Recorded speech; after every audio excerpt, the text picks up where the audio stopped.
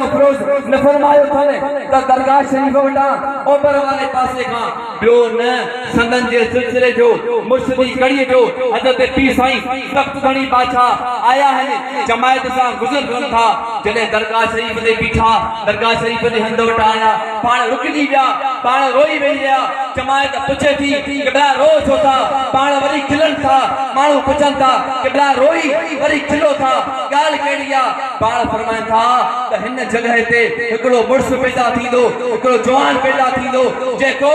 असा जे हिन कायद जो वारिस थींदो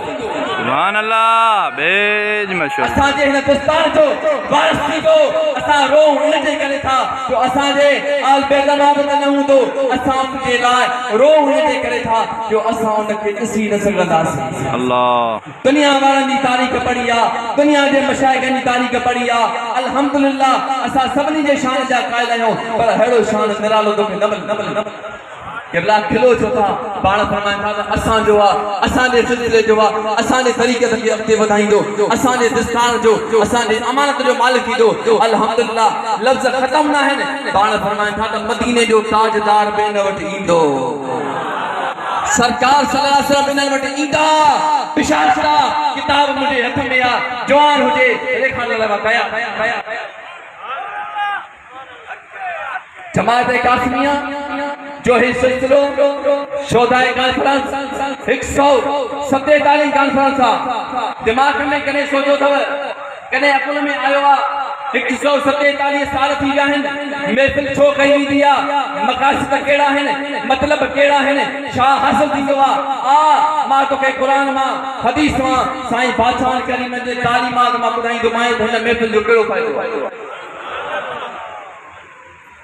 पहिरें नंबर ते इमाम हुसैन आली मकाम जी जेका कुर्बानी आहे जेको साने आहे जेका कुर्बानी आहे संदन जे जान सारनि जी कुर्बानी आहे जेकॾहिं मुस्लमान हुजे मोमिन हुजे विसारे न सघंदो इमाम हुसैन आली मकाम ते हिन महफ़िल जे मुनक़िद करण जो हिन अवाम नास खे घुराइण जो हिन उलमा खे घुराइण जो सदारत शेख तरीक़त खां कराइण जी हिकिड़ो मक़सद आहे उन मक़सद जा कुझु पहलू आहिनि पहिरियों मक़सद इहो आहे त हिन मुस्लमाननि जे दिलि में हुब्बे अहल बैत पैदा थींदी आहे जंहिंजे दिलि में हिन महफ़िल में अचण सां हुब्बे अहल बैत पैदा थींदी आहे हथ मथे खणी ॾेखारे त मां ॾिसां सुभान अल्लाह हिन महफ़िल में वेहण सां हुब्बे अहल बैत पैदा थींदी आहे कहिड़ी हुब्बे अहल बैत जा कहिड़ा फ़ाइदा आहिनि काज़ी अयाद शिफा शरीफ में जुल्द नंबर 2 में सिफ़े नंबर 3 में मतबूआ दारुल अहल सुन्नत इशाअत वारनि जी आहे मूं बसकीन वटि किताब मौजूद आहे सिफ़े नंबर 63 जुल्द नंबर 2 पाण फरमाइनि था काल नबी सल्लल्लाहु अलैहि वसल्लम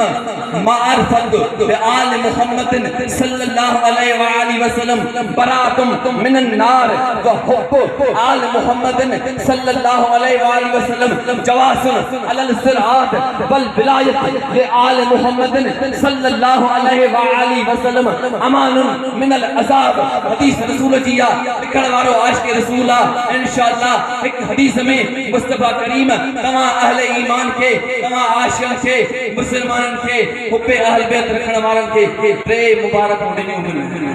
सुभान अल्लाह पाण फरमाइनि था त पहिरीं मुबारक इहा थी त मुस्तफा करीम जे अहल बैत सां मोहबत करे तुंहिंजे मथां जहन्नम जी बाहि हराम हिकु फ़ाइदो इहो थी ॿिए नंबर ते पाण फरमाइनि था हुब्ब आल मुहम्मद सल्लल्लाहु अलैहि वसल्लम जवासन अलल सिरात मुस्तफा करीम था जेकर अहल बैत सां मोहबत कई त इहो तुंहिंजे लाइ पुल सिरात तां गुज़रण जो सर्टिफिकेट आहे टियों फ़ाइदो कहिड़ो आहे पाण करीम सल्लल्लाहु अलैहि वसल्लम फरमाइनि था जंहिं असांजे अहल बैत खे सुञातो जंहिं असांजे अहल बैत खे सुञातो पाण फरमाइनि था उहो असाब खां अमन में थी वियो अहल बैत खे जंहिं सुञातो उहो मशहूरनि वारो साईं आहे जंहिं मोहबत सुठी ॿुधाई आहे उहो मशहूरनि वारो साईं आहे जंहिं अहल बैतनि सां दोस्ती रखण जो तरीक़ो नातो हक़ ॿुधायो आहे इहो जमात कासमिया खे ॿुधाइण वारो मशहूरनि वारो साईं ये मुझे हथ में किताब फतावा कासमी सिफ़ो नंबर 177 जुल्द पहिरियों बाबुल अक़ाइद इन्हीअ में सवाल थियो आहे साईं बादशाह करीम खां कि भला अहल बैत त खोड़ आहिनि अहल बैत जी ताज़ीम कहिड़ी कई वञे मता सुभाणे तोखे को ब्लैकमेल करे त अहिड़े कहिड़े नथू खेरे थी तव्हां ताज़ीम कंदा हो न ताज़ीम जियां असां कंदा हूं ताज़ीम जियां असां के मशहूर वाले साईं ॿुधाई आहे तो समझी भी काने का तो पढ़ी भी कोने का उहा तुंहिंजे दरस गाह में आई भी काने का फरमाया था त कहिड़ो आल बैत जी तासीम जेकॾहिं शरीयत जी पासदारी न करे आमाल सालिह न हुजस नेक सालिह न हुजे त उन्हीअ जे लाइ छा हुकुम आहे कुर्बान वञा साईं बादशाह जे इल्म तां कुर्बान वञा साईं बादशाह जे इश्क नज़र तां हिन मोमिननि जे बेड़ा पार करण तां पाण फरमाइनि था अहल बैत रसूलुल्लाह जो जुज़ आहे रसूलुल्लाह जे खानदान जो आहे जेकॾहिं अतका परहेज़गार मुत्तकी शरीयत जो पासदार नाहे बल विलायत हुब्बे आल मुहम्मदिन अमानन मिनल अज़ाब रसूलुल्लाह ने फरमायो त मुझे आल बैत भी जै सुञातो जै दोस्ती कई अमन खां अज़ाब में रहंदो पाण फरमाइनि था